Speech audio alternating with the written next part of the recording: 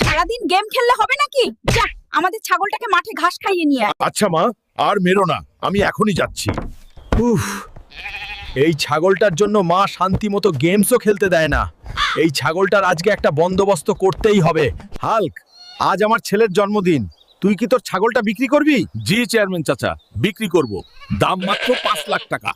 কি বলছিস এগুলা? তোর কি মাথা ঠিক আছে? একটা ছাগলের দাম কেমনে 5 লাখ টাকা হয়? চাচা, কারণটা হলো এটা শিক্ষিত ছাগল, এটা স্কুলের আশেপাশে বড় হইছে। আপনার ছেলেকে যদি এইটা খাওয়ান তাহলে সেও শিক্ষিত হয়ে যাবে। তাহলে তো এই ছাগলটা আমাকে নিতেই হবে।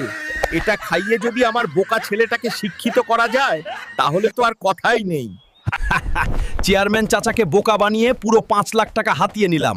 এখন মায়ের জন্য 2টা গাভী নিয়ে বাকি টাকা দিয়ে একটা বাইক কিনবো। মা, মা, কোথায় গেলে? তাড়াতাড়ি বের